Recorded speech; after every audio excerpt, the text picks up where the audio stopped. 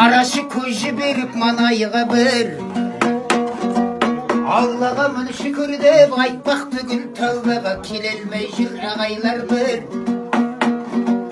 Өзбектер өз елінен нәсіп таппай Астана Алматыны манайлап жүр.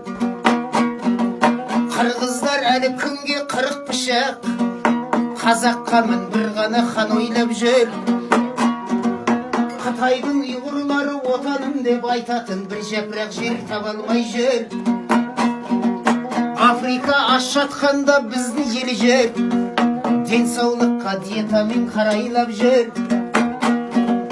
Біз әлі қару ұстап көрген жоқпыз, ауғанда автоматпен бала ойнап жүр.